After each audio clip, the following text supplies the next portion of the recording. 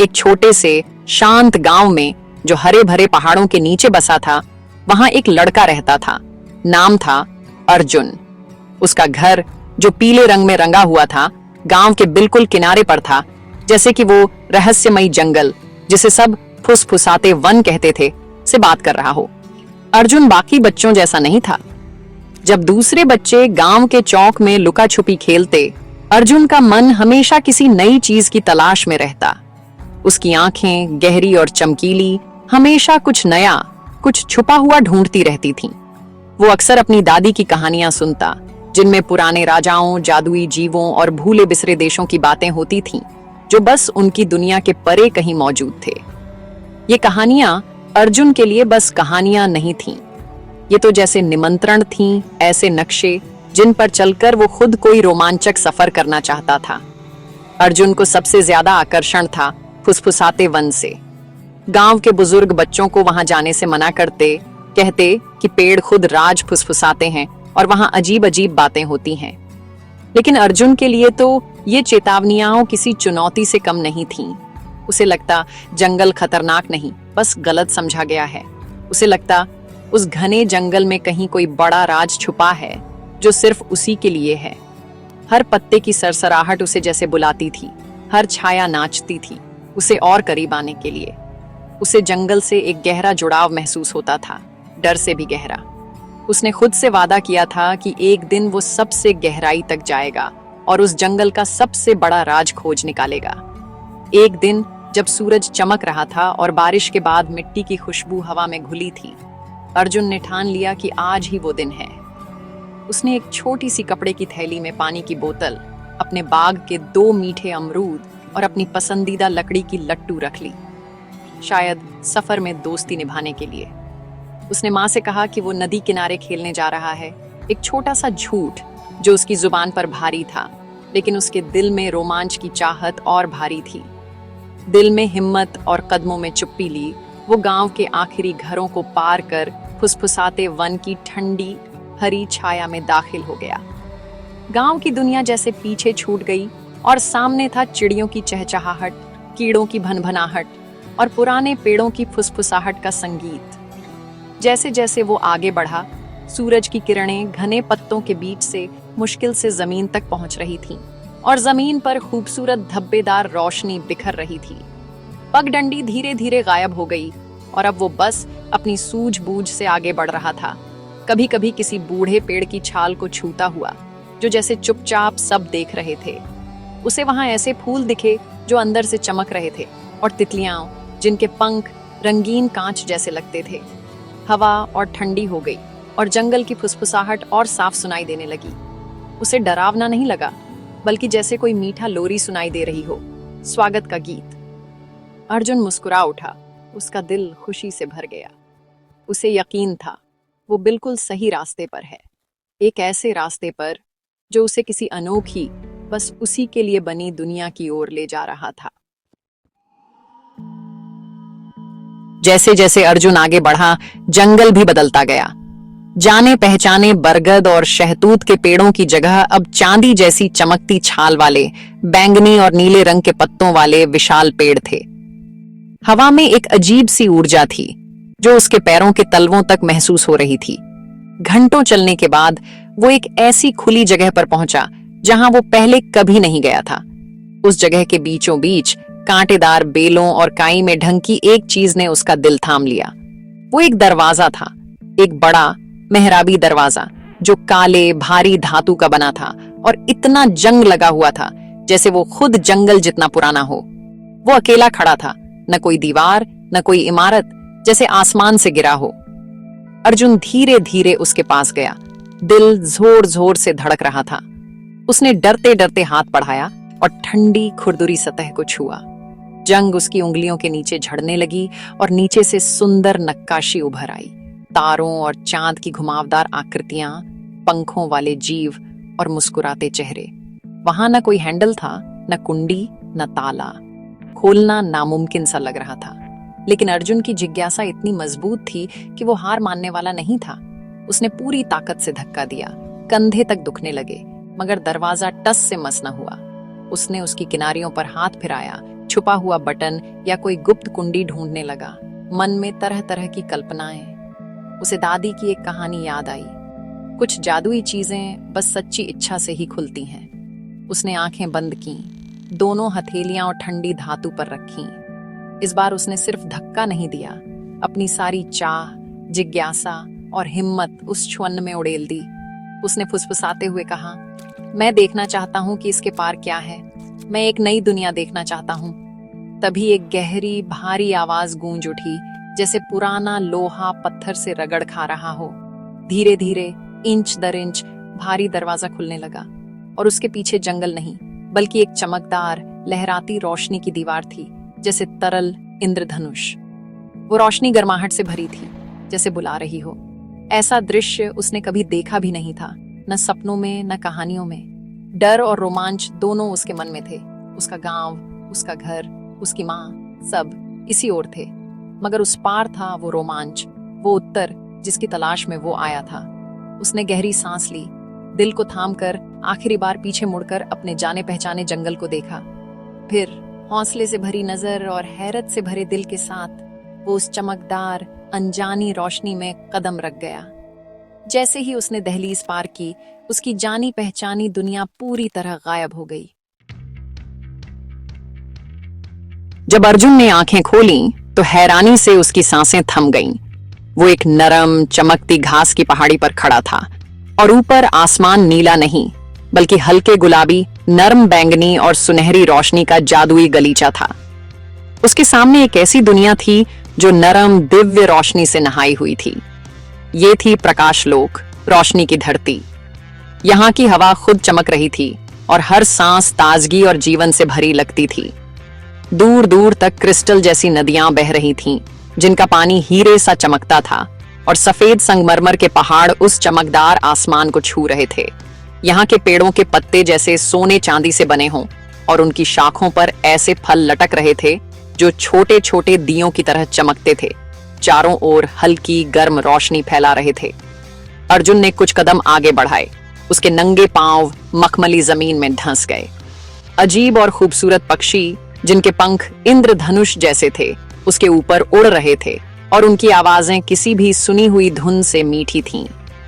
हर जगह फूल खिले थे, वो भी ऐसे रंगों में जो उसने कभी देखे ही नहीं थे।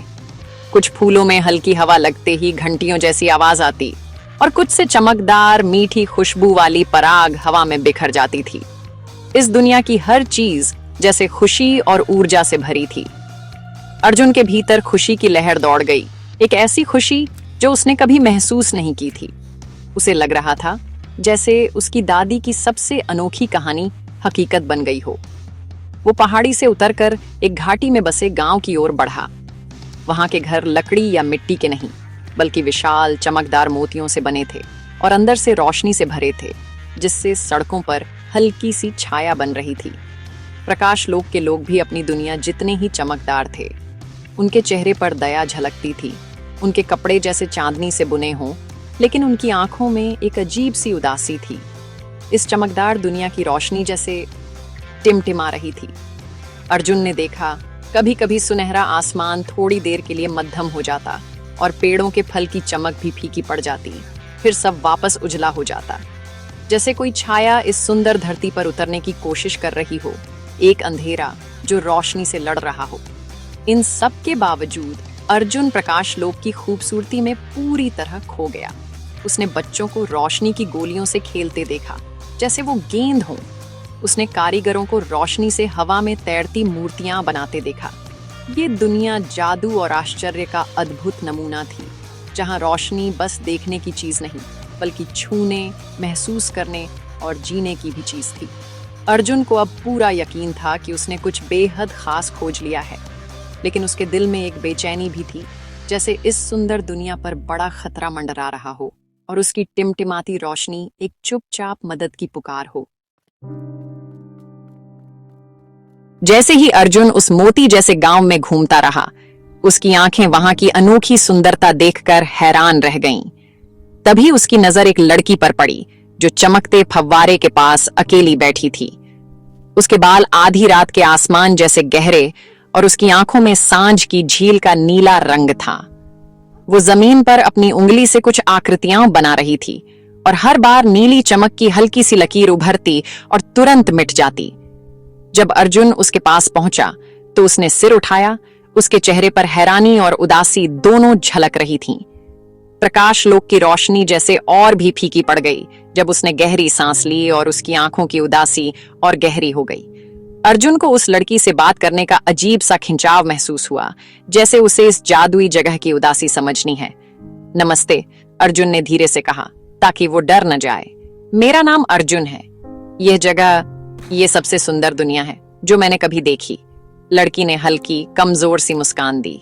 पहले ये और भी सुंदर थी, उसने जवाब दिया। उसकी आवाज घंटियों के फूलों जैसी कोमल थी। मेरा नाम नीला है और ये प्रकाश लोक है, या फिर जो इसका बचा खुचा हिस्सा है। अर्जुन उसके पास बैठ गया। उसकी जिज्ञासा और बढ़ गई थी। क्या मतलब? क्या हुआ? मैं देख रहा हूं रोशनी, वो टिमटिमा रही है, बहुत कमजोर लगती है। नीला ने सिर हिलाया। उसकी नजरें दूर चमकते पहाड़ों पर टिकी थीं। उसने समझाया कि उनके संसार की रोशनी प्राकृतिक नहीं थी, वो एक ही शक्तिशाली स्रोत से आती थी। हमारी दुनिया ज्योति का पत्थर से चलती है, नीला ने बताया। उसकी आवाज हल्की सी कांप रही थी। वो क्रिस्टल महल के सबसे ऊंचे मीनार में रखा था और उसकी चमक पूरे देश में फैलती थी, लेकिन उसे चुरा लिया गया। अर्जुन की आंखें हैरानी से फैल गईं। चुरा लिया? किसने? नीला ने क्षितिज पर एक काले टेढ़े मेढ़े साए की ओर इशारा किया, जहां सुनहरा आसमान जैसे चोट खा गया हो। अंधेरे राजा ने, छायाओं के राजा ने। वो हमारे संसार में चुपके से आया और पत्थर ले गया, जिससे हमारी धरती धीरे धीरे अंधेरे में डूबने लगी। उसके बिना प्रकाश लोक एक दिन पूरी तरह फीका पड़ जाएगा और धूल में बदल जाएगा। हमारी रोशनी ही हमारी जान है। अर्जुन ने नीला के चिंतित चेहरे से लेकर उस शानदार मगर मुरझाती दुनिया तक देखा। उसने अपने संसार के बारे में सोचा, जहां सूरज की साधारण भरोसेमंद रोशनी हमेशा रहती है।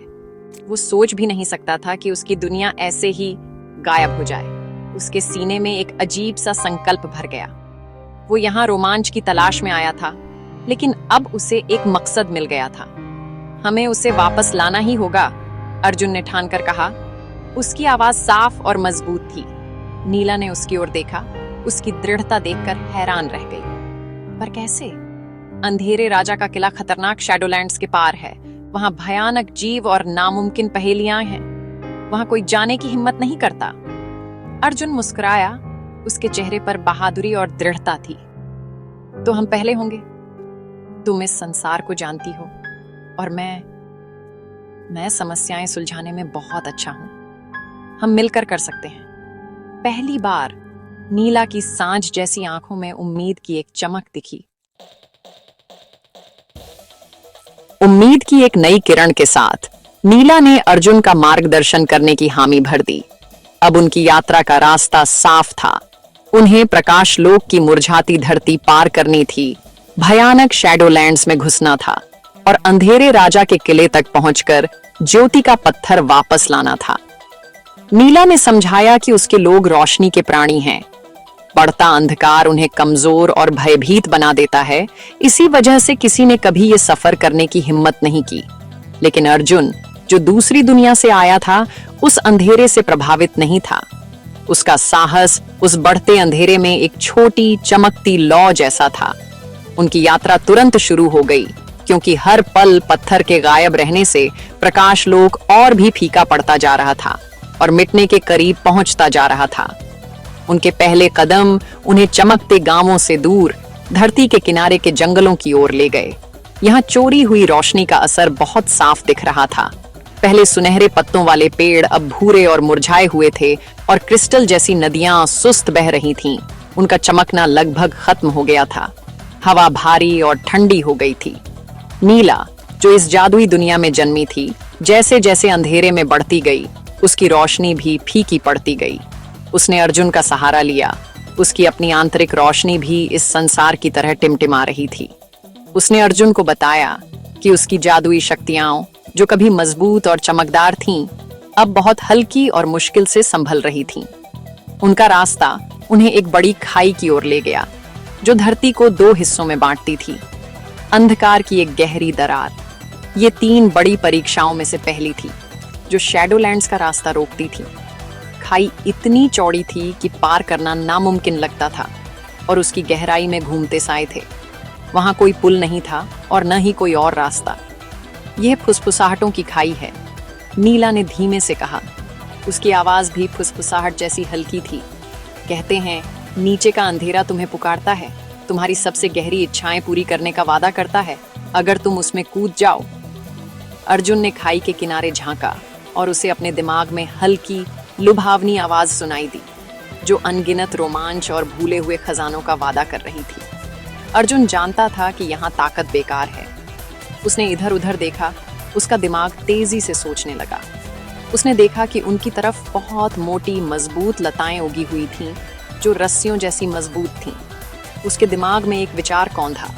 ये जोखिम भरा था, लेकिन उनके पास और कोई रास्ता नहीं था। उसने नीला को अपना प्लान समझाया। वो अपनी ताकत का इस्तेमाल करके दोनों को लता के सहारे खाई के पार झुलाएगा, जैसे वो अपने गांव के बड़े बरगद के पेड़ पर करता था। नीला डर गई, लेकिन अर्जुन की आंखों में दृढ़ता देखकर उसने भरोसा किया। यही उनकी सच्ची साझेदारी की शुरुआत थी, जहां एक लड़के की समझदार बहादुरी और एक लड़की का मुरझाता जादू साथ मिलकर अंधकार का सामना करने निकले। पहली चुनौती यानी फुसफुसाहटों की खाई अर्जुन की सारी बहादुरी मांगती थी। उसने सबसे मोटी लता चुनी, उसकी मजबूती जांची और नीला को एक छोटी लता से अपनी पीठ से बांध लिया। मजबूती से पकड़ो, उसने चिल्लाया। उसकी आवाज उस विशाल सन्नाटे में गूंज उठी। उसने दौड़कर छलांग लगाई और अंधेरे में झूल गया। कुछ पल के लिए दोनों अंधकार में लटक गए और फुसफुसाहटें उनके कानों में और तेज हो गईं। लेकिन अर्जुन ने सिर्फ एक चीज पर ध्यान रखा, दूसरी तरफ पहुंचना। पूरे जोर से झूलकर उन्होंने खुद को ऊपर की ओर फेंका और जैसे ही लता टूटी, उनके पैर सामने की चट्टान पर टिक गए। वे बच गए थे। पहली परीक्षा जादू से नहीं, बल्कि साधारण साहस और एक चतुराई से पार हो गई थी। उनकी राहत ज्यादा देर नहीं रही। जैसे जैसे वे आगे बढ़े, धरती और भी अंधेरी और विकृत होती गई। वे एक ऐसे जंगल में पहुंचे जहां पेड़ों पर पत्ते नहीं थे, सिर्फ नुकीली कांटेदार शाखें थीं, जैसे कंकाल की उंगलियां। यहाँ उन्हें दूसरी परीक्षा मिली। एक विशालकाय मकड़ी जिसकी कई लाल लाल आंखें चमक रही थीं, उनके रास्ते में खड़ी थी। उसका जाला 2 बड़ी चट्टानों के बीच फैला हुआ था, एक चिपचिपा चमकता हुआ जाल जो निराशा से बना था। मकड़ी अंधेरे राजा की रक्षक थी, साए और डर से बनी एक जीव। नीला कांप रही थी, उसका जादू लगभग खत्म हो गया था। मकड़ी की मांद के घने अंधेरे में उसे खुद पर भरोसा नहीं रहा, उसकी ताकत जवाब दे रही थी। लेकिन अर्जुन को वहां सिर्फ एक राक्षस नहीं, बल्कि एक पहेली दिखी। उसने देखा कि मकड़ी रोशनी से चिढ़ती है। जब नीला ने डर के मारे अपने हाथ से हल्की नीली चमक निकाली, तो मकड़ी पीछे हट गई और गुस्से में फुफकारने लगी। नीला, तुम्हारा जादू, अर्जुन ने कहा, कमजोर है, लेकिन फिर भी रोशनी है। हम इसका इस्तेमाल कर सकते हैं।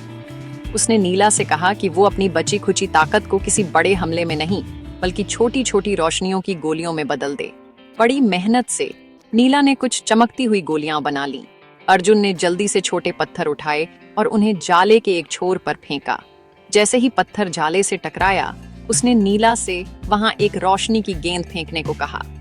मकड़ी जाले की कंपन और रोशनी से विचलित होकर उस तरफ दौड़ गई और दूसरी तरफ का रास्ता खाली हो गया। उनकी आखिरी परीक्षा थी एक पहेली जो एक विशाल पत्थर के दरवाजे पर खुदी थी, जो अंधेरे राजा के इलाके का प्रवेश द्वार था।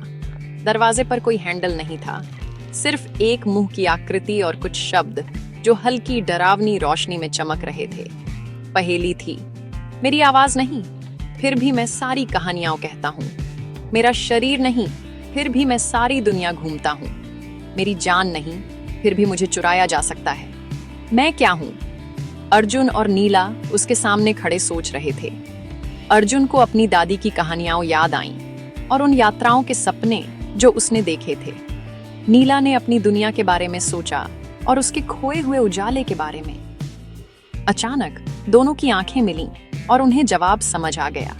ये एक ऐसा सच था जो दोनों दुनियाओं को जोड़ता था। एक साथ दोनों ने दरवाजे से कहा, रोशनी।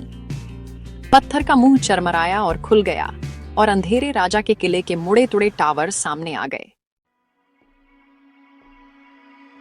किले के अंदर कहीं कोई रोशनी नहीं थी, सिर्फ एक ठंडक और एक भारी घुटन भरी चुप्पी थी।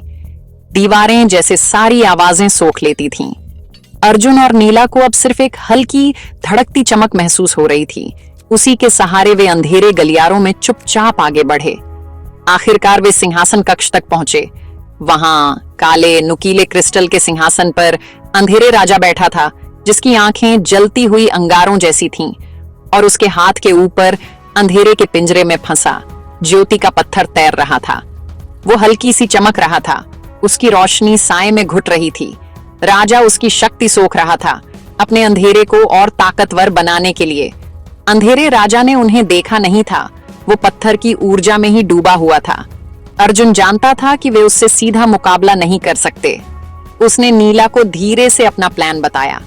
नीला ने अपनी बची खुची ताकत से कमरे के दूसरी ओर एक तेज चकाचौंध करने वाली रोशनी की चमक बना दी। अंधेरे राजा, जो रोशनी से सबसे ज्यादा डरता था, फुफकारता हुआ उस तरफ मुड़ा। उसकी आंखें कुछ पल के लिए अंधी हो गईं। इसी मौके का फायदा उठाकर अर्जुन सिंहासन पर चढ़ गया। उसके हाथ अंधेरे के पिंजरे तक पहुंचे।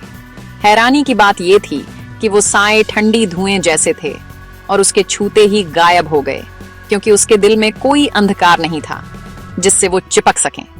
उसने ज्योति का पत्थर पकड़ लिया। जैसे ही अर्जुन ने पत्थर को छुआ, वो इतनी तेज चमक से भर गया कि पूरी किले में रोशनी फैल गई। अंधेरे राजा चीख उठा और शुद्ध रोशनी के सामने उसका साया पिघलकर किले के सबसे गहरे कोनों में छुप गया। पत्थर को ऊंचा उठाकर अर्जुन और नीला भागे। जैसे ही वे किले से बाहर निकले, पत्थर की रोशनी पूरे देश में फैल गई। अंधेरा डर के मारे पीछे हट गया।